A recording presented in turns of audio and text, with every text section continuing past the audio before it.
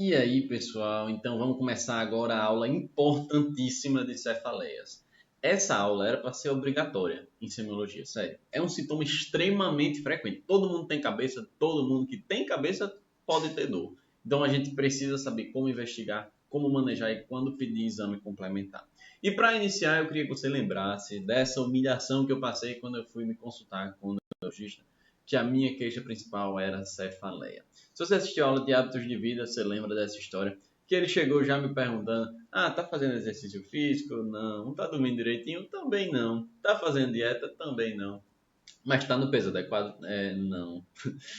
Bebe ou fuma? Beleza, tá? Não bebo nem fumo, show. Mas o resto, pelo amor de Deus. E a gente vai falar exatamente sobre isso, porque aí tem várias coisas que podem causar essa cefaleia. Então, o que é que a gente vai ver nessa aula? Cefaleias, a gente vai ver primária e secundária, a diferença de uma para outra, a questão da anamnese, do exame físico, sinais de alerta e tipos de cefaleia. Logo nesse slide a gente já vai riscar primária versus secundária. Por quê? Qual é a diferença? Primária, secundária. Primária é uma coisa que é independente, que não tem nenhuma relação com qualquer outra doença. Por exemplo, a enxaqueca. Eu até tenho. É 1000 vezes mais comum do que as causas secundárias. Então, primária não depende de nenhuma outra doença, não está relacionada. É uma doença por si só. Já a causa secundária é consequência de outra doença. Por exemplo, uma cefaleia numa meningite. A gente tem um processo infeccioso que resulta numa hipertensão intracraniana que causa a cefaleia. Então, a cefaleia não é a causa de base. A causa de base é outra coisa. A cefaleia é só uma consequência. Então, só aí a gente já riscou a diferença de primária e secundária. Vamos logo para a investigação da cefaleia. Começando por anamnese. Qual é a parte mais importante disparado do diagnóstico, tá bom? Para fazer o diagnóstico. Então, a gente, como toda outra dor, a gente vai investigar as características da dor. Por exemplo, a intensidade daquela dor. Se ela é leve, não tem nenhum impacto ali na funcionalidade do paciente. Se ela é moderada, tem um prejuízo, mas continua conseguindo fazer essa atividade, essa sua funcionalidade ainda está preservada. Ou é incapacitante. Não. Quando eu estou com dor de cabeça, eu não consigo fazer nada. Nada. Então, intensidade é importante que a gente descreva. Localização e irradiação. Isso aí vai ajudar demais nas hipóteses diagnósticas. Principalmente se é uma dor que pega só de um lado da cabeça ou se pega a cabeça toda. Por exemplo, uma cefaleia que é hemicraniana, pega só de um lado da cabeça, é enxaqueca, certo? Mas, por exemplo, se pegar uma parte específica ali da sua face, a gente pode pensar numa neuralgia do trigêmeo, por exemplo. E detalhe, pode ser também unilateral alternante. Fica mudando de lado, né? Mas, ou pode ser aquela tradicional unilateral fixa, que é sempre do mesmo lado, ou até bilateral. Então, importantíssimo a gente definir essa questão aí. Outra coisa, início. Tudo do início a gente precisa caracterizar. Velocidade de início, se é uma dor súbita, né, que alcança a intensidade máxima ali em alguns segundos. A gente pode pensar em algum sangramento, alguma coisa mais aguda ali que causou essa cefaleia súbita, então precisa investigar. A gente vai falar sobre sinais de alarme. Idade de início também é importante, tá? Porque a gente precisa se preocupar um pouco mais com doenças, com cefaleias que iniciaram mais recentemente. Porque, por exemplo, uma pessoa que passou a vida inteira sem ter dor de cabeça, do nada, depois dos 50 anos, começa a ter uma dor de cabeça. Aí você começa a olhar com outro olhar, né, para isso daí, fica pensando, tá, o que é que isso pode ser? E aí, por exemplo, uma arterite de células gigantes, isso pode surgir aí depois dos 50 anos, uma pessoa que nunca teve dor de cabeça assim desse jeito e acabou tendo depois dos 50 anos. Então, idade de início também é muito importante a gente descrever. E aí, também descrição das crises. E aí, quando a gente fala em crise, a gente precisa pensar em várias características da crise. Frequência, o que é frequência? De quanto em quanto tempo as crises acontecem? E duração também. Acontece a cada 5 minutos. Beleza. E quando vem a crise? Dura quanto tempo? Dura 10 segundos, dura 15 segundos e melhora sozinho e volta depois de 5 minutos. E também na crise, você sente alguma coisa, tem algum sintoma associado? Tem náusea, chega a vomitar, tem lacrimejamento, fica com o olho inchado, chega a desmaiar. E também nas crises, tem alguma coisa que piora essa crise, tem alguma coisa que melhora essa crise, luz, som, piora com a luz, piora com o som, fotofobia ou fonofobia, né? Isso é investigação da relação com a luz e com o som, respectivamente. Então a gente precisa descrever bem direitinho essas crises. E finalmente, o histórico pessoal e familiar daquela pessoa. É importantíssimo você investigar, principalmente numa paciente que já tem essa dor há muito tempo. Você perguntar, certo, você sente dor de cabeça há muito tempo, mas agora, a dor que você está sentindo agora é exatamente igual ou mudou completamente essa dor? É uma dor completamente nova. Porque, por exemplo, uma paciente que tem uma dor, tudo bem, de enxaqueca característico há um tempão, faz muito tempo, vários e vários anos. E aí, do nada, começa a ter uma dor completamente diferente. Você precisa abrir a sua cabeça para pensar em outras possibilidades. Então, a anamnese vai direcionar muito bem aí para a sua hipótese diagnóstica. Certo, anamnese, beleza. Mas e o exame físico? Deixa eu te contar um segredo. Exame físico não muda. A maioria dos pacientes, a grande maioria mesmo dos pacientes, tem um exame neurológico normal. Então, o exame físico raramente vai mudar aquela impressão diagnóstica que você chegou na anamnese. Até porque alguns achados ali que você pode ver no exame físico geralmente são relatados pelo paciente lá como queixas na anamnese. Então, por exemplo, você pergunta, quando você tem dor de cabeça, você fica com o olho inchado. Aí você olha para o paciente e vê que ele não está com o olho inchado. Tudo bem. Se ele não está com o olho inchado ali naquele momento, significa que ele não tem, você considera que ele não tem olho inchado? Não. Porque pode ser que algumas alterações surjam só na crise, mas ele não está na crise naquele momento. Então, de que adianta você estar investigando ali se o paciente não está na crise? Então, realmente, o exame físico tem essas nuances que acabam influenciando. Então, o mais importante mesmo é a anamnese. Então não precisa fazer o exame físico? Precisa. Além do exame físico geral, você vai fazer também o exame físico específico. O exame físico específico a gente vai dividir em inspeção, palpação e movimentação. A inspeção, você vai investigar, procurar anormalidades autonômicas. Isso é importante demais, porque pode interferir na sua hipótese diagnóstica. Mas lembra, isso aí é uma coisa que também pode ter sido relatado já na história. Por exemplo, um edema facial, principalmente na pálpebra, certo? Ipsilateral, do mesmo lado da dor, ou uma pitose parcial, uma queda da pálpebra, parcialmente, ou algum lacrimejamento, uma coriza, isso o paciente vai relatar para você. Então, essas anormalidades você precisa investigar, você precisa ver se ele está sentindo naquele momento. Outra coisa, artérias temporais. As artérias temporais, elas estão muito relacionadas com uma doença que é a arterite temporal. Isso é o quê?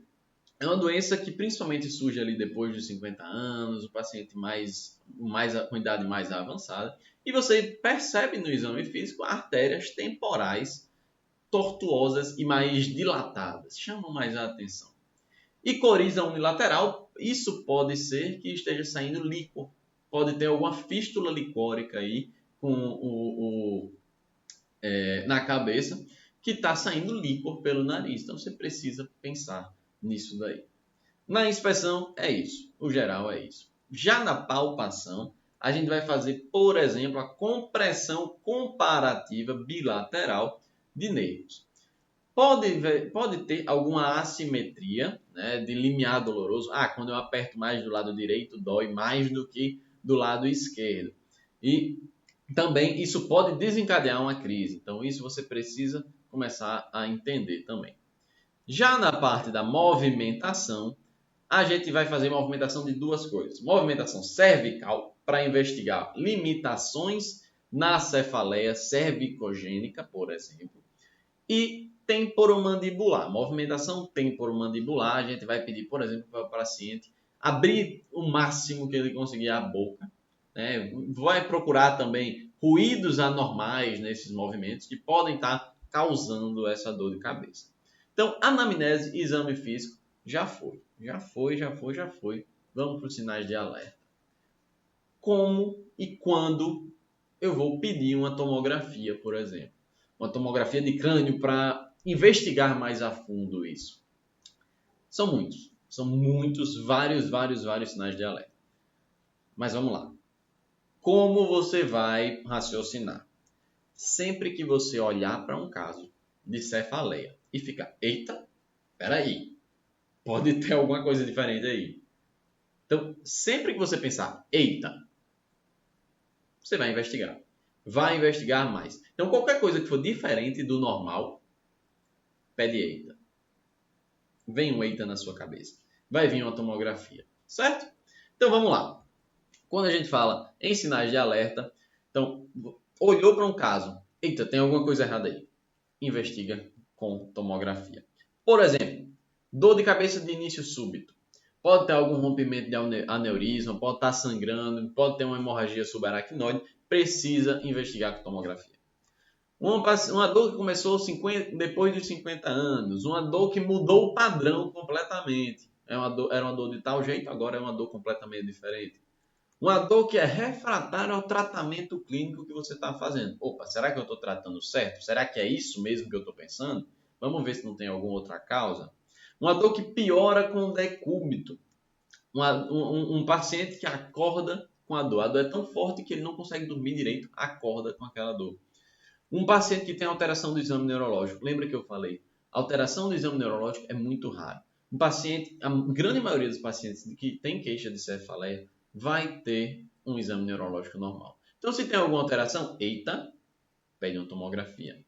Exemplo de alteração do exame neurológico. Sinais focais, uma fraqueza, edema de papila, por exemplo, sinais de irritação meníngea. Tudo isso a gente vai pensar e vai poder achar de alteração no exame neurológico. Um paciente está com febre, perda de peso, um paciente imunossuprimido, são todos esses casos que você olha e fica, eita, peraí, será que não tem alguma coisa a mais aqui? Então, realmente, isso daí você vai pedir uma tomografia. Então, o que é que a gente viu até agora, né? Então, a gente começou já a primária e secundária, a gente já cortou. Anamnese, a gente já viu o ponto mais importante para direcionar seu atendimento. Exame físico também a gente já passou. E sinais de alerta, tudo aquilo que você olhar e ficar, eita, peraí. Mas vamos agora para a parte mais importante dessa aula. Presta muita atenção. São alguns casos clínicos que você precisa entender. Começando por Sandra, ela tem 51 anos. Ela vem se queixando de uma cefaleia hemicraniana direita, então a dor só de um lado, à direita, em aperto, né? Uma dor muito forte, incapacitante, ela não consegue fazer mais nada, que piora com a movimentação, tem náusea, tem intolerância ao barulho, que a gente chama de fonofobia, e ela vem se relatando que é a pior dor da vida dela. Mesmo ela já tendo tido alguns episódios semelhantes aí, mais ou menos 2 vezes por mês há 6 anos.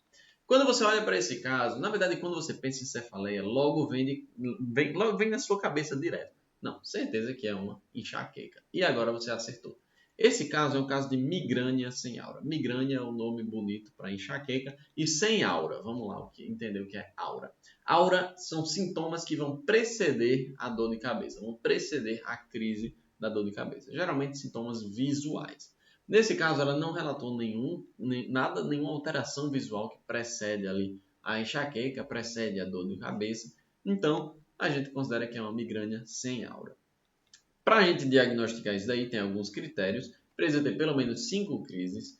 Precisa ter uma duração de 4 até 72 horas. E olha, eu te digo, eu tenho enxaqueca, eu estou nesse momento com enxaqueca e eu não queria que isso durasse 3 dias, tá? Então, preste atenção, diagnostica o mais rápido possível, trata o mais rápido possível, a gente vai falar daqui a pouquinho como é o tratamento. Outra característica é uma dor unilateral, ela é uma dor pulsátil, de intensidade geralmente moderada, pode ir até incapacitante, certo? E piora com as atividades do dia a dia. E também pode estar associado a náuseas, vômitos, certo? E também fotofobia e fonofobia. Vamos entender? Fobia, medo. Foto, luz, medo de luz, piora com a luz. Fono, som. Fobia, medo, medo de som, piora com barulho. E lembrar que enxaqueca é uma causa primária de cefaleia, uma cefaleia primária, não pode estar relacionada com nenhum outro transtorno. Então, frente a esse caso, o que é que a gente vai fazer? A gente precisa, primeiro de tudo, tem algum sinal de alerta? A gente vai pedir uma tomografia? Existe um sinal de alerta. A gente vai pedir essa tomografia de crânio para ela. Ela chegou dizendo que foi a pior dor que ela já sentiu na vida dela. Precisa fazer a tomografia para descartar qualquer outra possibilidade de dor, possibilidade de causa, né?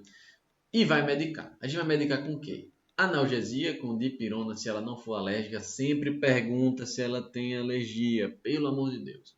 Pode associar também anti-inflamatório, não resolveu? Vai para o sumatriptano.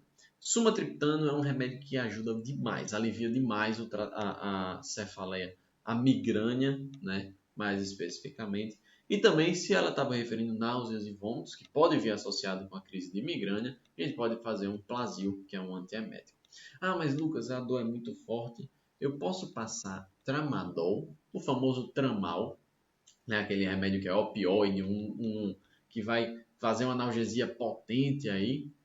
Na verdade, o Tramal muita gente passa, você vai ver muita gente passando. Mas não passa. Não passe, não passe, não passe. Por quê? Tramadol é um derivado opioide que não tem eficácia. Não melhora a dor de cabeça, não melhora a enxaqueca. Então, tá com enxaqueca? Dipirona, sumatriptano ou Sumax. Sumatriptano dá uma aliviada muito melhor, muito mais rapidamente do que o Tramadol. Beleza. Mas e se não resolver? Bom, se não resolver, agora sim eu vou fazer o Tramal. Não, esquece o Tramal. Passa um neuroléptico. Passa o Ampliquitil ou clorpromazina, é a substância, né? Clorpromazina. Ou pode passar até um haloperidol. Né? Haloperidol, isso endovenoso, tá? É um remédio, lembra, é um remédio que dá sono, pode causar hipotensão. Então, sempre que você for chegar nesse nível de passar esse medicamento, pergunta se o paciente tem como voltar para casa de uma forma segura. Ele não pode dirigir, não pode voltar a dirigir. Porque no meio do caminho ele tem uma hipotensão, acaba cochilando, pronto, vai voltar para você mais grave, agora como vítima de trauma. Então, pergunta isso sempre. Ok, enxaqueca, causa principal aí de dor de cabeça. Vamos agora falar sobre Fátima. Vamos lá. Fátima, ela tem 34 anos. Ela vem se queixando de uma dor que iniciou há um dia na face direita. São episódios de dor que ela diz que são como se fossem choques elétricos que vêm, dura uns segundos e vai embora. E volta a sentir depois de alguns minutos. E depois que a dor passa, ela fica sentindo um incômodo ali na região, na face, né? E percebeu que a dor acontece quando ela fala ou quando escova os dentes. Tá, o que é que Fátima pode ter aí? Bom, face direita, unilateral, a gente pode pensar em enxaqueca? Até aí tudo bem, mas dor em choque, dura segundos, volta em minutos, é um negócio meio estranho aí para enxaqueca. Esse é um quadro típico de neuralgia do trigêmeo.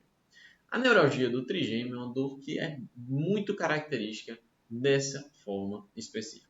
Como a gente diagnostica, ela tem crises paroxísticas que duram de segundos até 2 minutos. Então a dor vem, um choque, que afeta ali uma ou mais divisões do nervo trigêmeo. Lembra, neuralgia do trigêmeo, faz sentido.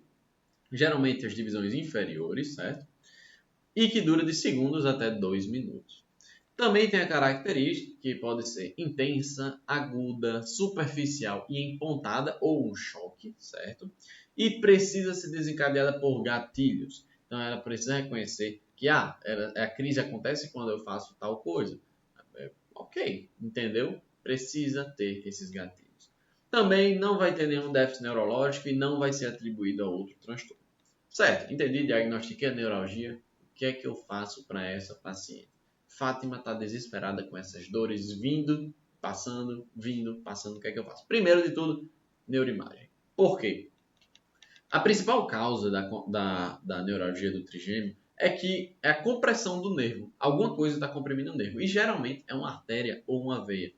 Para isso, a gente precisa pedir um exame que a gente consegue ver artéria e veia. Então, a gente vai pedir uma angiotomografia ou uma angiorressonância, tá bom? E aí, para tratar, a gente vai tratar com fenitoína. Fenitoína é um anticonvulsivante. A gente vai fazer ele endovenoso e vai fazer até, por exemplo, 4 ampolas nisso, diluído em soro fisiológico mesmo. Corre lento, sem problema, sem pressa. E quando ela sair, passa um tratamento profilático. Pode passar carbamazepina, oxcarbazepina. Oxcarbazepina é até melhor, que tem menos efeito colateral. Mas pode ser qualquer um deles, pode até ser outros. Tem gabapentina, pregabalina, o divalproato também. Várias opções de profilaxia para neuralgia do trigêmeo. Então, Fátima, a gente resolveu o problema dela, nunca mais ela voltou com essa crise. Vamos agora falar de Joelinton. Joelinton, ele é um homem de 40 anos e ele vem se queixando de uma cefaleia periorbitária direita. Opa, peraí. Periorbitária direita, então é só de um lado, ao redor do olho, beleza, mas é só de um lado. Se é só de um lado, a gente pensa, certo. Pode ser enxaqueca? É unilateral, certo. Pode ser neuralgia? Pode, é unilateral. Ok. Tá bom, mas ele diz também que é uma dor latejando, que começou há 5 dias, tem vindo fortes crises ali, que duram até 60 minutos e passam. E ela vem acontecendo mais ou menos 3 vezes ao dia. E ele diz também que quando ele tem a crise, ele fica com a sensação de olho inchado. Você percebe que enquanto ele estava te esperando ali para ser atendido, ele estava meio inquieto, agitado ali no setor de atendimento. E você começa a pensar em alguma coisa.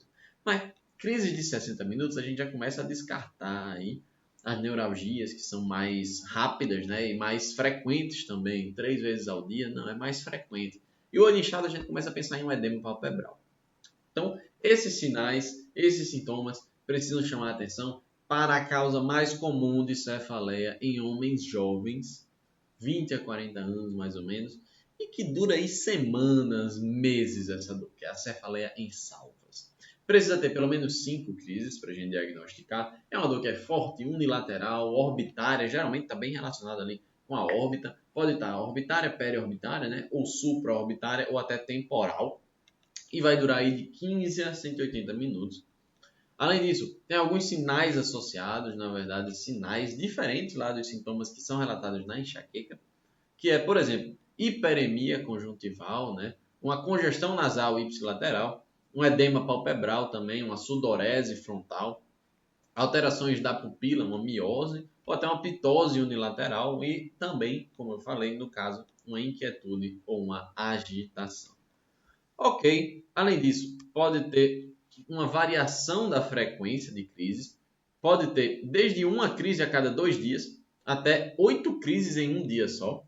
E como eu falei antes, é uma causa primária, uma cefaleia primária, então não pode estar atribuído a outro transtorno. Com relação ao tratamento, na verdade, o que a gente vai fazer aqui para a Joelinton?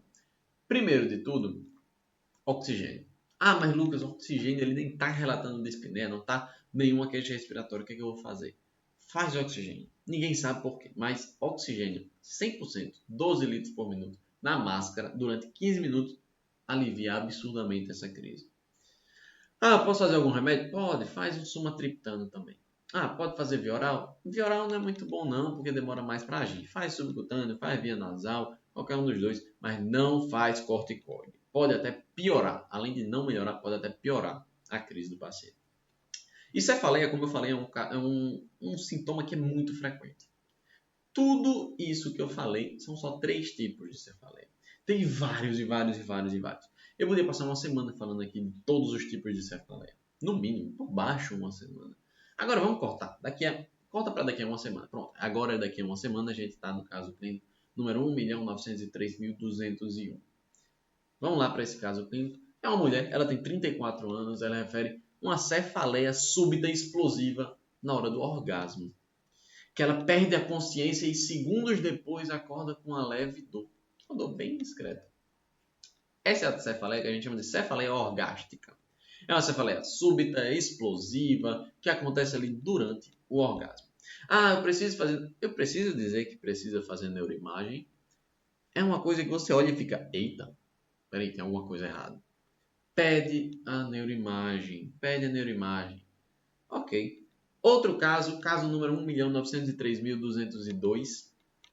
A gente tem um jovem, vamos dizer que é Neymar, 25 anos. Ele se queixa de dores de cabeça quando joga futebol. Ah, mas quando vai treinar na academia, sente dor de cabeça? Não sinto. Quando vai surfar, sente dor? Não sinto. Não, só sinto dor de cabeça quando eu jogo futebol. Ok. Essa é uma cefaleia que a gente chama de cefaleia primária do exercício. É uma dor pulsátil, dura aí de 5 minutos até 48 horas. Tem uma relação com o exercício físico, certo? Pode ser desencadeada por um ou por vários tipos de exercício. Ou não, pode acontecer exclusivamente por causa de um tipo de exercício, como no caso do Neymar aí, do futebol.